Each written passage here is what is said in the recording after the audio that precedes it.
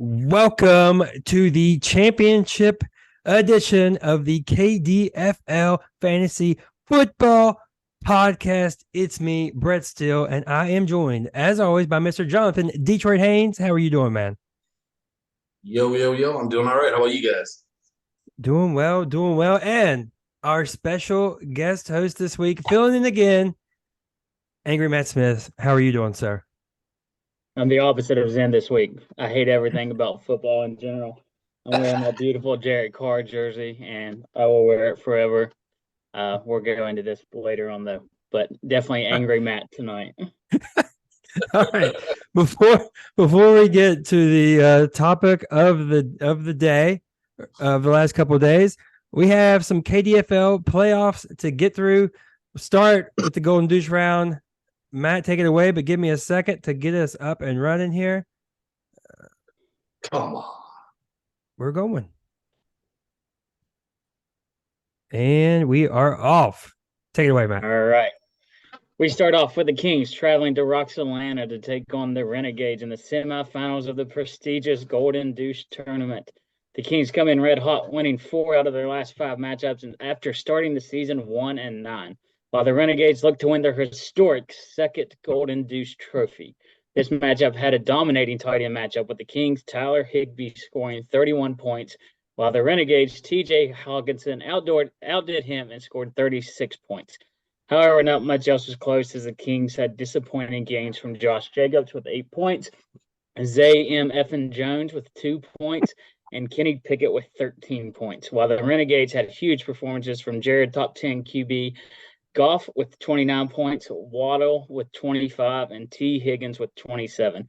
Renegades easily advanced to the finals, destroying the Kings 276 to 212. Nice. Next, we have the rubber match between yours truly and Mr. Brett Steele as my River Wretch heads south to take on the Mega Powers. Was not a good day for me. Did not get any good performances from anybody besides Devin Singletary, who had 21 points. For the Mega Powers, he had monster games from Devontae Smith with 31 and Dak Prescott with 30 points. And Mr. Douche himself takes the win 231 to 179.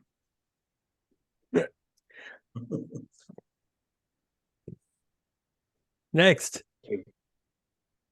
All right. Next, we move our attention to the less important KDFL Championship semifinals bracket as the Centers travel to the Dogtown Devermans. Put records aside, as the 12-2 Devermans come in as only a 2-point favorite against the 7-7 Centers. The Skull Nation leader, Captain Kirk Cousins, leads all Centers with 27 points, and the legend Gardner Minshew comes in with 24 points. But they had some ugly offensive performances from Aaron Jones had 5, Stevenson with 3, P.E.D. Hopkins with 1 measly point, Stephon Diggs with 5 points. Dogtown was led as usual by their star QBs Josh Allen and Joe Burrow, totaling 47 points. But they also had bad performances from Mal Sanders with 6 points, Tyler Boyd with 5, and Michael Pittman with 9. Ultimately, this matchup really came down to defensive players. The Doberman's defense combined for a solid 94 points, which is pretty good in the league.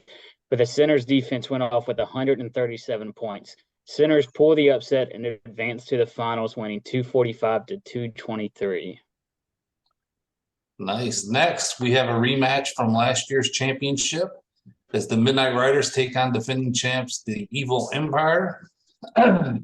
This which is also known as Thunder Buddy 2, I guess you would say, in the playoffs. The Midnight Riders get huge games from Justin Jefferson, Eckler. He had some defensive players that scored at least 14 points. He had about 5 of those.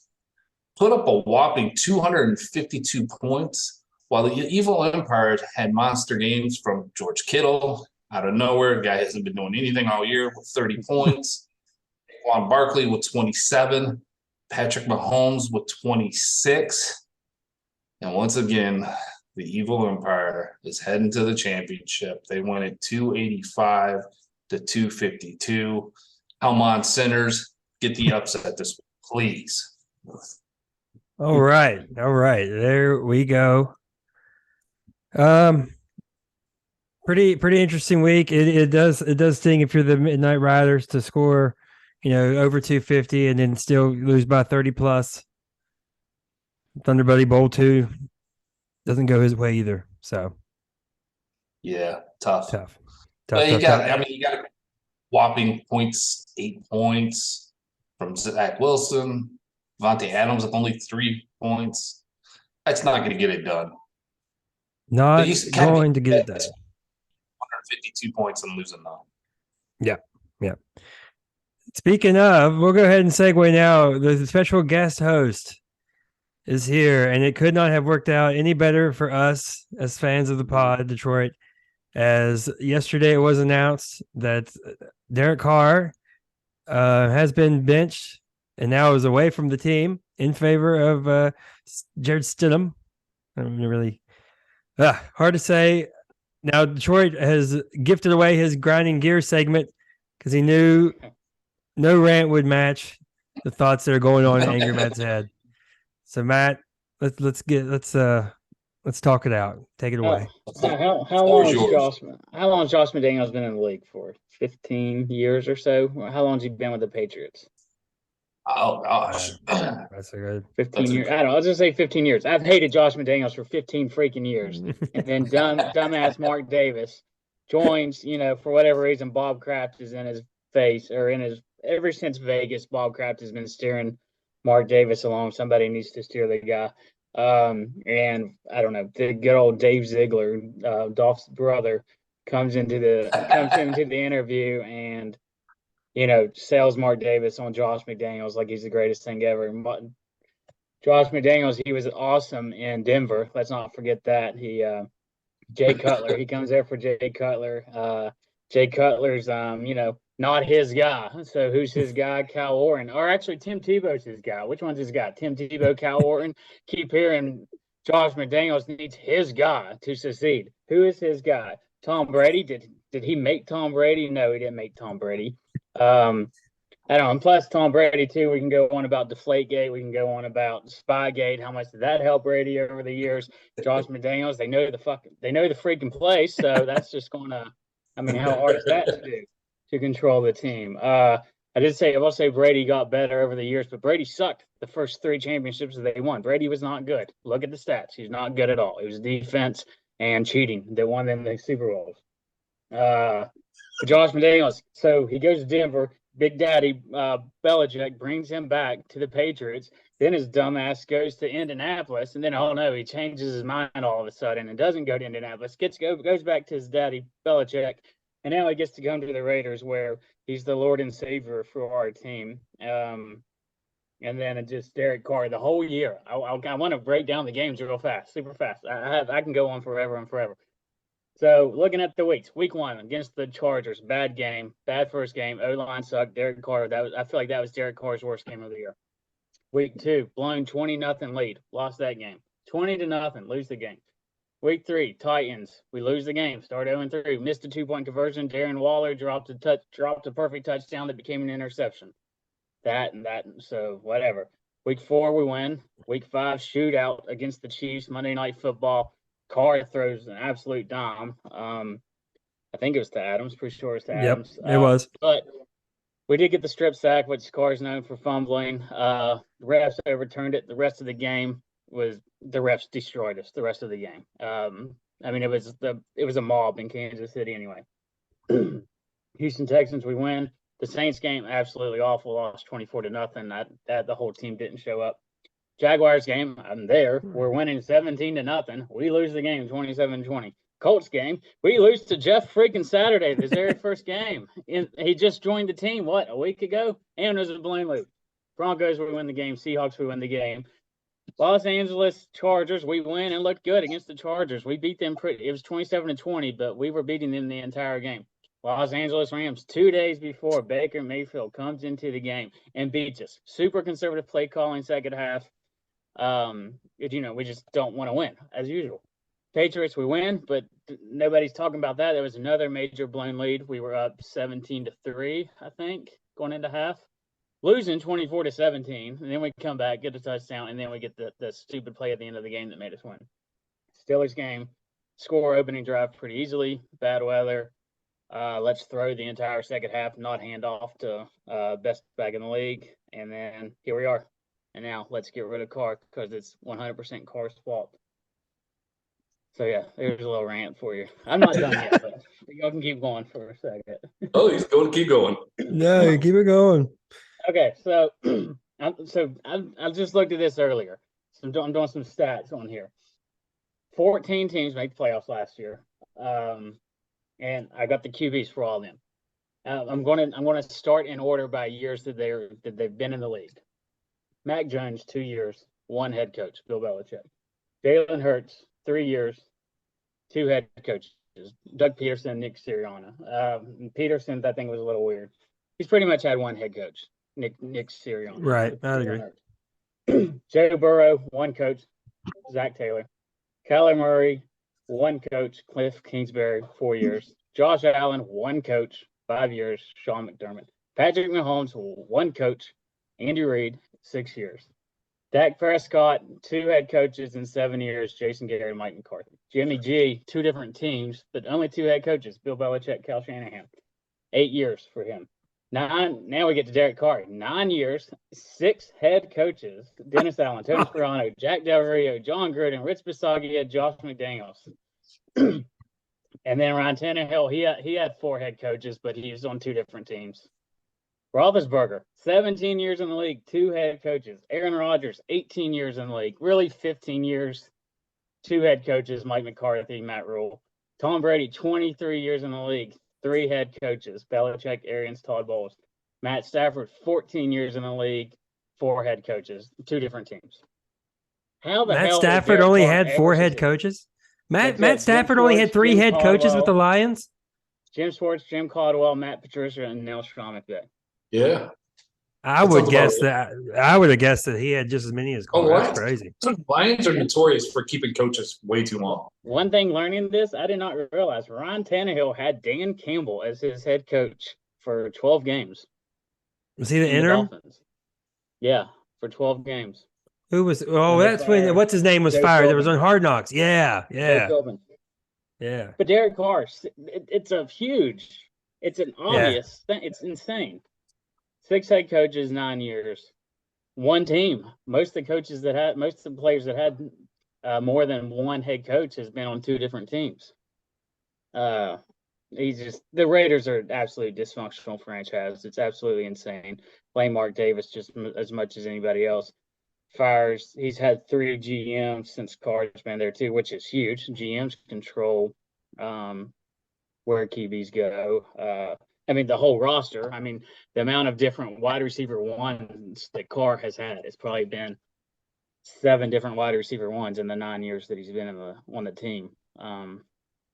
It's amazing that he survived 9 years there. I was looking it up just for reference. Now, Ryan's career is much longer, but it's 5 head coaches, including 6 now if you count Jeff Saturday, I guess. But so it's not nearly. It's quite a bit longer career than Carr. So that is insane. You can't do it. The stability. You guys know how much I preach about situation, yada yada yada, broken record, but it matters. Like the stability that these guys, you have to have the stability. I remember not wanting Dan Quinn fired because I said that's what bad franchises do: turn over head coaches all the time. Dan Quinn was awful.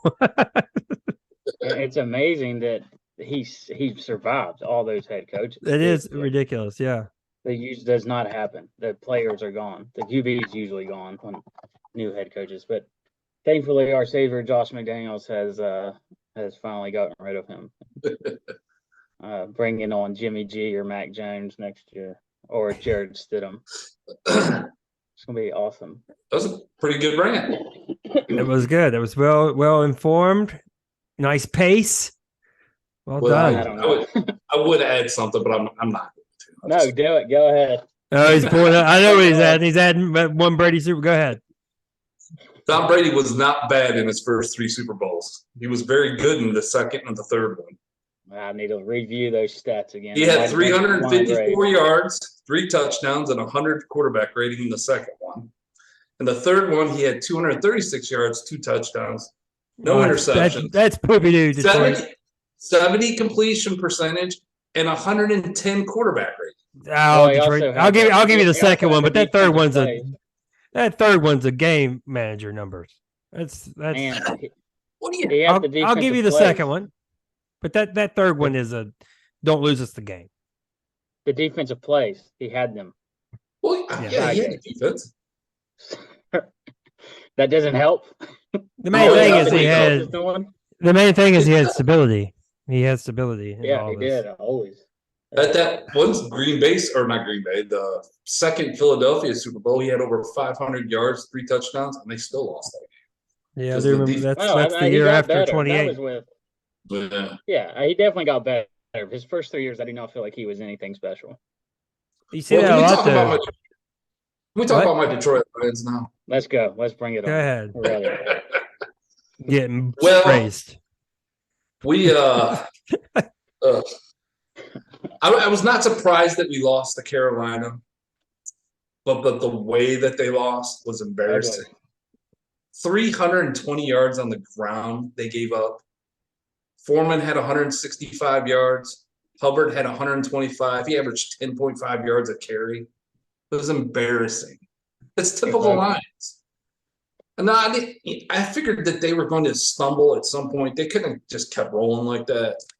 But you know me, I'm the guy that always sees that the sky is falling. I can't be like other fans, especially in our KDFL league, that sees everything as, rainbows and never sees anything bad. I can't be like that. But I don't blame this on Goff. Goff has still been playing pretty good. He still has 355 yards. He had a bad turnover, didn't he? He had a fumble, right? Yeah, in the red zone. No, yeah, it was the missed snap. It was a missed snap. Right. It was a sloppy handoff or something. Yeah. It was snap. 7-7. Oh, snap. It was a snap. Yeah. Yeah, it was 7-7. They were on like the 8-yard line getting ready to score. Yeah. And then that game just fell apart from there. But they're a year away. I think next year is when they're going to make a move. They're not getting anything out of Jamison Williams right now. I think they're just kind of easing that guy in because of his injury. They just wanted to give him a couple games, but I think next year they're going to be pretty dangerous. I know his first couple games he had a deep shot. Did he get one in this game? He catch or not? Did they even target that? He had one target. Yeah, he got nothing. Okay, I dropped him. What has happened to DeAndre Swift this year? I know he was injured. Yes, glad you brought that up. Something's wrong with him. He's just been. If you watched Hard Knocks, you noticed the coach was on him all the time about hitting the hole strong and all that. He plays kind of tentative. I know he has a banged up shoulder, but I think running back's a position the Lions might be looking at during the offseason. I think it's a top 10. Yeah, a top 10 pick this year. Yeah. Swift. In fact, Oh yeah, his first round. I think he's made to look worse because Jamal Williams has looked good too. Yeah, he's looked good. Well, Jamal Williams is good, but I don't see him as a lead feature back. To me, he's just kind of the second guy. Isn't he old? How long has he been in the league for now? I think he's younger than we think. I think we think he's old, but he's not. I remember doing this. He's 27. Yeah, that's it. I swear. Right. We think he's like 32. Years. He won a championship in 20. It was the 2016 or no 2017. Then again, with running backs, that is kind of getting better. 2018. I will say, Detroit, I picked up Chuba Hubbard in one of my leagues last week, and it was amazing watching that. That's an amazing pickup. I don't think I even started him against Brett. You did not. No, you did not. Yeah. I can't confirm. Yeah, it was a desperate pick with injuries, but it worked out fabulous. If we hit on my Falcons, tie rates have gone from 10 minutes on average to 30 seconds now as the season has as we become more and more irrelevant. Basically, the stat I saw that I shared with everybody, the last 2 seasons, the Falcons have 30 sacks. The next closest team, as far as poor sack numbers, I think the Raiders are down there with 60. Mm-hmm. So it's like double. So although I haven't seen anything from Ritter yet, that like usually you want to see like a flash or two when you're starting a rookie quarterback. show me something at all. I haven't hardly seen anything. He doesn't run in the pros, which I'm shocked by. I thought like usually a rookie quarterback, the game is so fast for them that you would expect them to rely on their legs. He just hasn't. I don't know if he's trying to prove he is a passer or whatnot. I don't know. But because of that stat, I want to go defensive line in the draft with our high pick. We're not going to get what's his name. He's going to be gone, right? Will Anderson is going to be gone. I think Gardner's the Clemson lineman is who I think we're targeting. Because Will Anderson will be gone, maybe to you guys with that top pick. To us? You could. I've seen that mock that they go D-line against. We've dropped to 7 because the Rams have won 2 or 3, I think. You got the Rams pick. Oh, the Rams did. They've won too. Okay, yeah. Yeah. Okay. And I got to root for them. I can't remember. I think the last week they played the Seahawks, so I have to root for them to win that game. Oh, that's a nice little conundrum there, yeah. I was going to ask you guys, like, I saw Atlanta 6 and Vegas is 9. Where you guys want them to go? So you said Atlanta, you want defense, right? I just want defensive line, I guess. You can't do anything. Like Terrell can't be Terrell if he's having to guard, or you can't. Quarterbacks can't guard wide receivers for that long. Of course, we can get thrown on. Yeah. Like it's not. You can't do anything without a pass rush. At this point, I don't give a damn. I don't. I don't. Oh, that's great. I'm worried that Raiders fans are going to have to be strongly reminded that it's not easy to get a quarterback that can play quarterback in this. That's right. Yeah, I didn't go on my. I got one other thing about McDaniels. I talked to Brett about this the other day. So next year, I don't see. It's so stupid if they bring in Brady. I don't see that happening. He's old. He's already got his contract with Fox.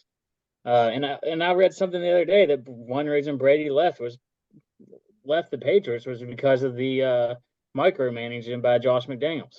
Yeah, they always got into it. Yeah. So, but I laid this out to Brett and I think some others the other day. Okay, the Raiders, we're stuck this year, and Carr's the scapegoat. Oh, yeah, so do this, yeah. McDaniels gets to coach next year, and then next year he's probably going to bring in Jimmy G, Mac Jones, somebody or keep Stidham that knows the system. We're going to absolutely suck. I bet you Devontae Adams wants out. Somebody will take him. I'm sure they will. Take him back to Green Bay. So we're stuck. We'll get first. We'll probably be the worst team in the league. That's my prediction. We'll be the worst team in the league. Jesus. And then we get the USC quarterback. What's his name? Caleb Williams. He won the Heisman. We get him. Josh McDaniels gets his guy finally. He gets another 2 to 3 years out of him. So he's on the Raiders for the next 5 years plus. Oh man! With that plan. But I mean, it's accurate. I'll take back all my things if McDaniels somehow gets Lamar Jackson or Aaron Rodgers. I don't see either one happening, but if that happens, it's not a huge wish list. It's not a huge wish list. I just want Lamar or Aaron Rodgers. What's the problem? Aaron Rodgers out in the desert doing Running Man and all that stuff, or Burning Man, Burning Man and all that stuff, dude. I'd quit my job and follow him for a year. Yes, an apostle, disciple. Yes. Oh my God. Okay, I got just a few quick topics to hit on, then we'll get into the KDFL Championship week.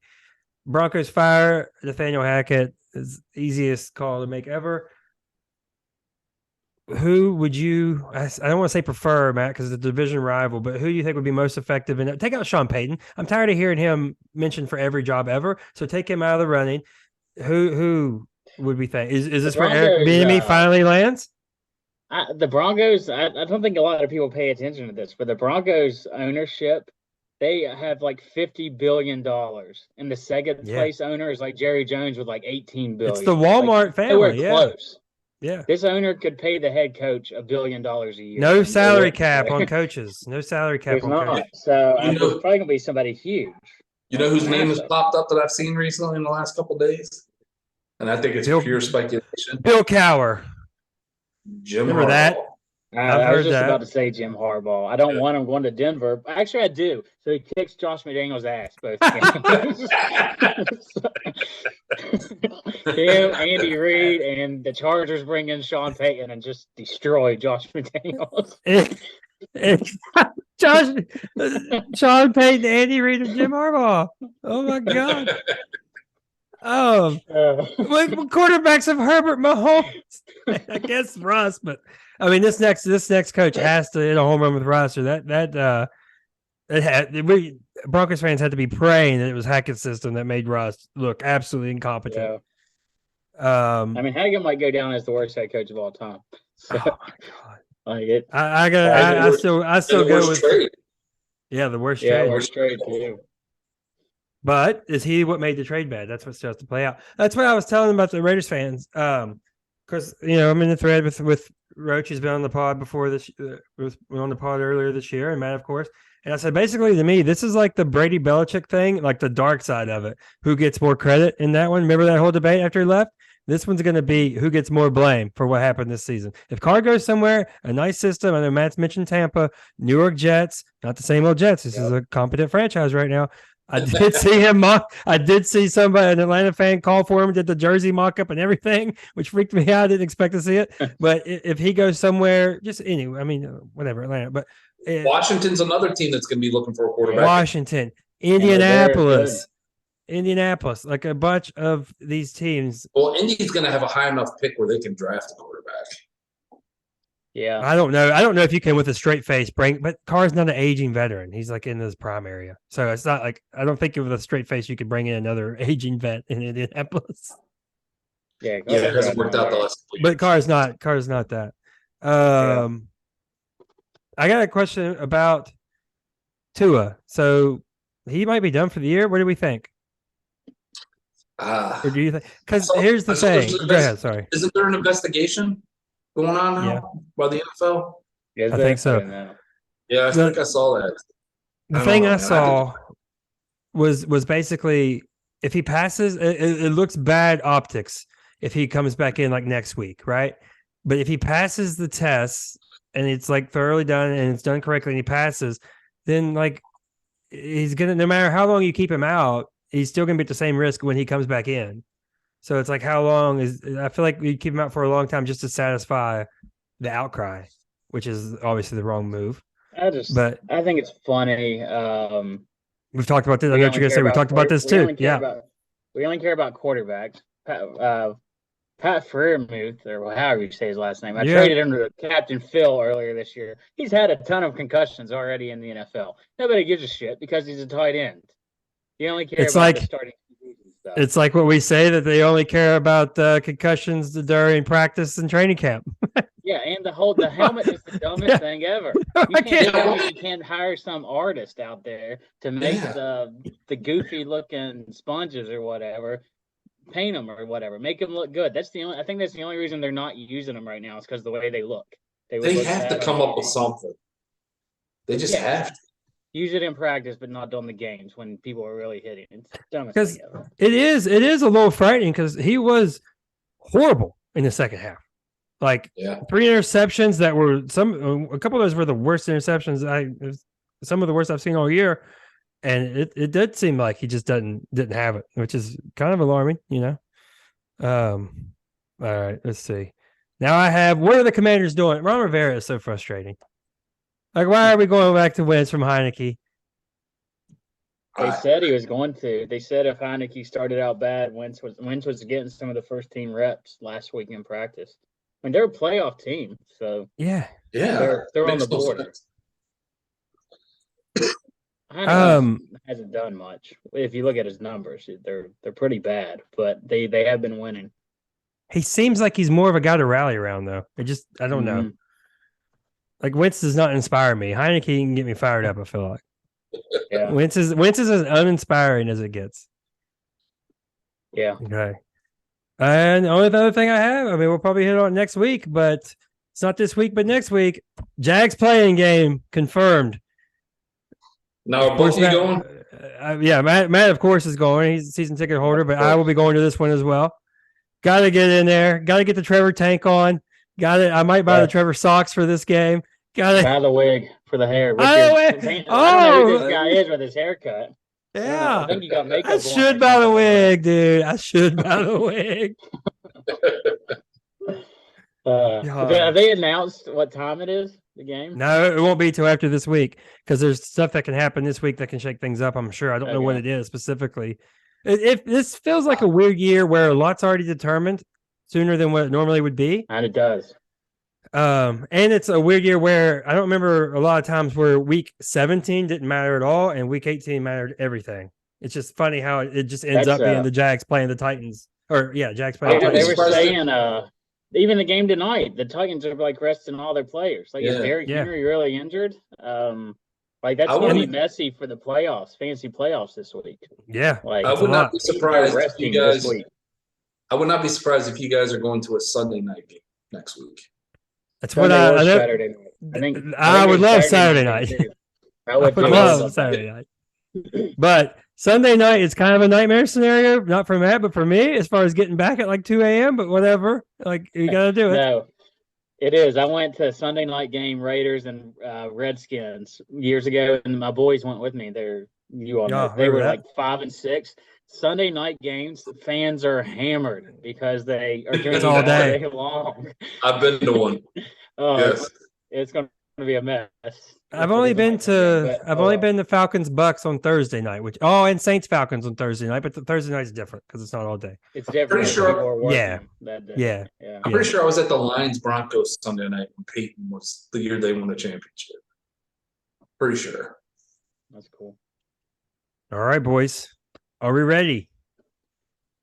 Yeah. To break down, it's the KDFL Championship week. Let me get this started here again. You would think I'd be onto this by now.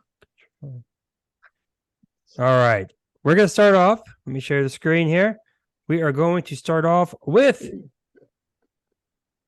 the third place game. Now, we kind of dropped the ball last week. You see, like my beautiful bronze medal. We kind of dropped the ball last week on one particular thing, which was that the Wampus Cats and Gamblers played each other in what is basically determining for the 7 and 8 pick. How the KDFL does it is the winner of this game gets the better pick, so it keeps you going. I am a little bit concerned that neither the Gamblers nor the Wampus Cats knew about this stipulation. But it's okay because the Gamblers won and I got their pick. There you go. So, with that being said, this is what's happening in this third place game. That's why we're covering it. That's why it matters. The winner of this game will assume the 9th pick in the first round and that slot on through the subsequent rounds. And the loser will have the 10th pick in each round. So, this game does matter. Oh, they get their money back, too. And they get their money back, I think. They get financially compensated. Yeah. 2, 3 place. Third place victories for me. You do not have to pay. Oh, okay. You get back. There you go. Matt, I'll let you take it away with reviewing this beautiful third place matchup, the bronze medal game. It was very close, 246 to 243, the projections. Definitely like the Doberman's QBs, of course, with Josh Allen and I can't even find the other one, Joe Burrow. But, I mean, that should be a high-scoring game. So, Cincinnati and Buffalo, both teams have been playing Cincinnati's been playing great. They've been playing like really, really good lately. If they keep playing like that, they're going to be hard to beat in the playoffs.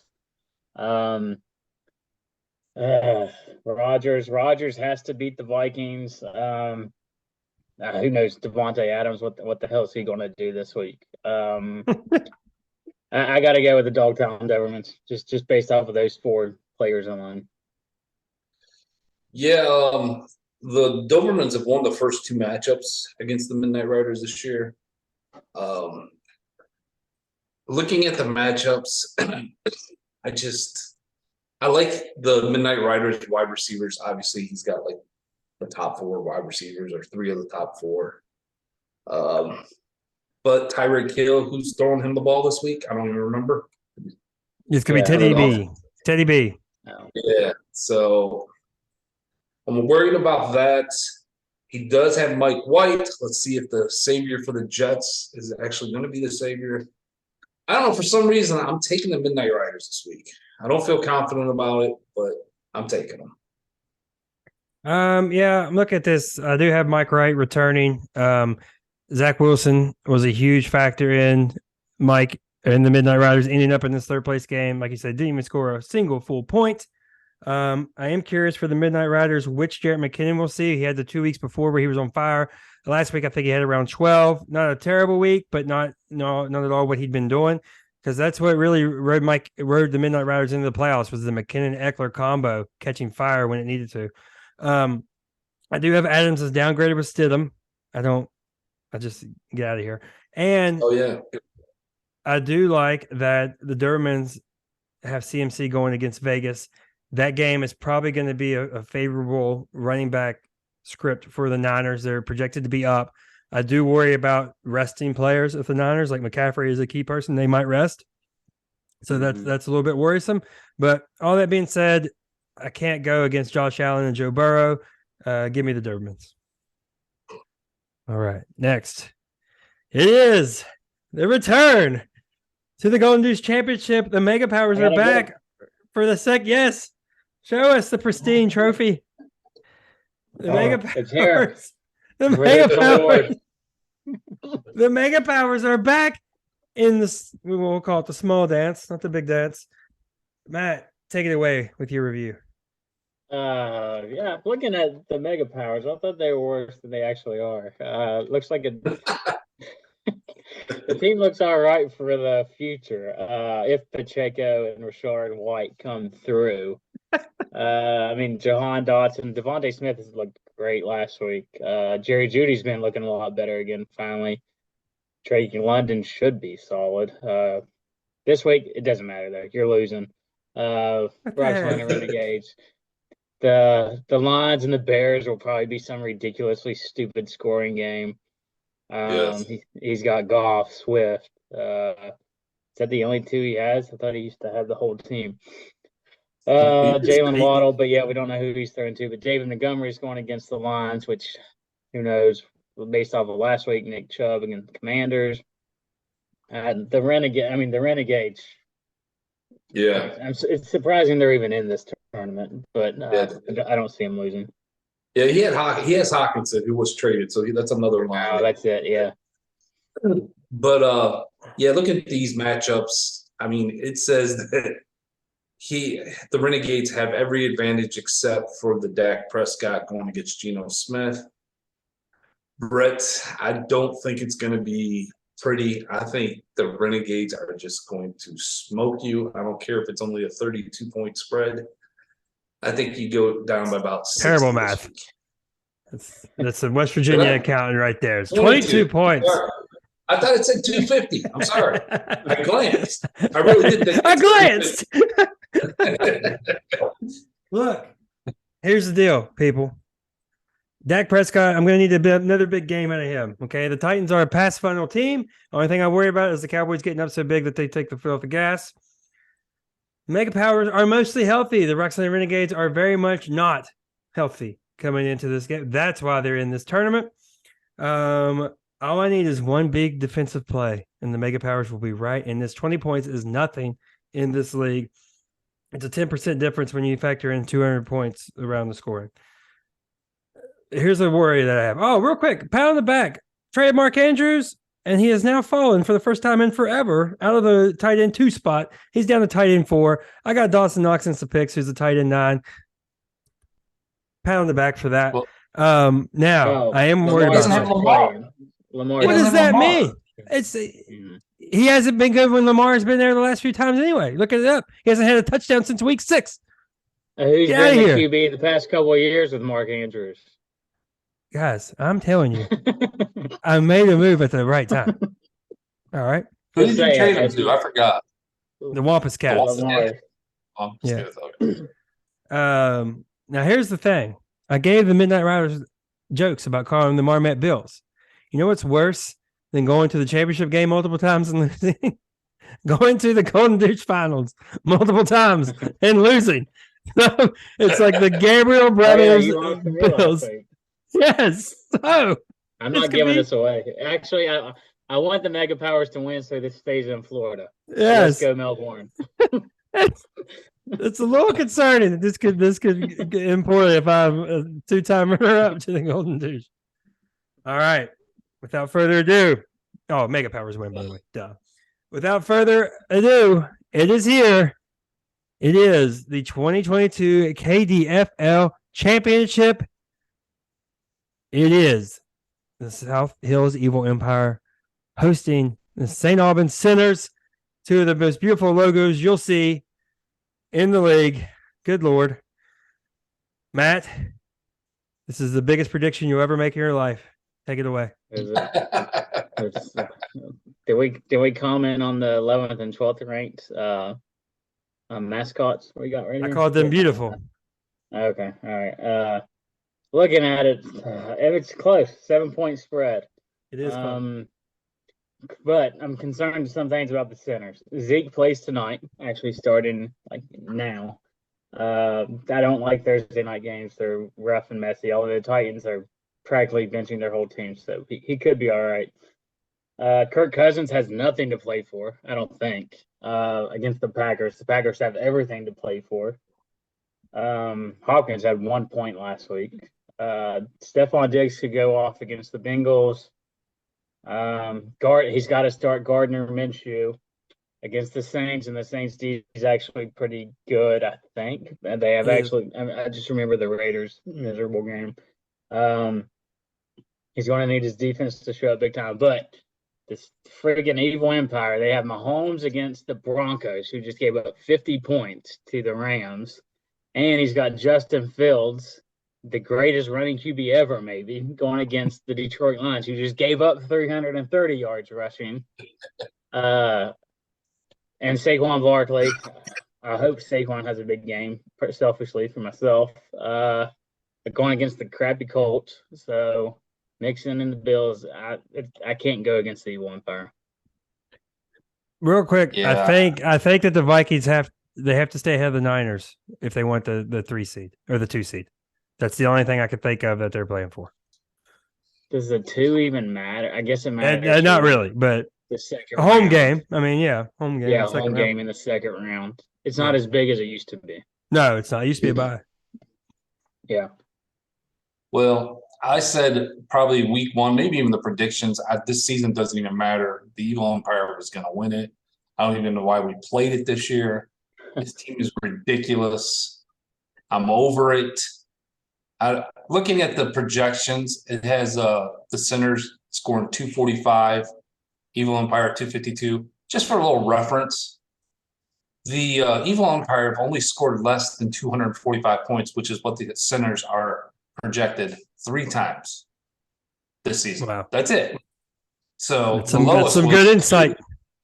234 points for them. Against who, though? So it was against the Sinners. Yeah, well, they still won. They know how to play them tough.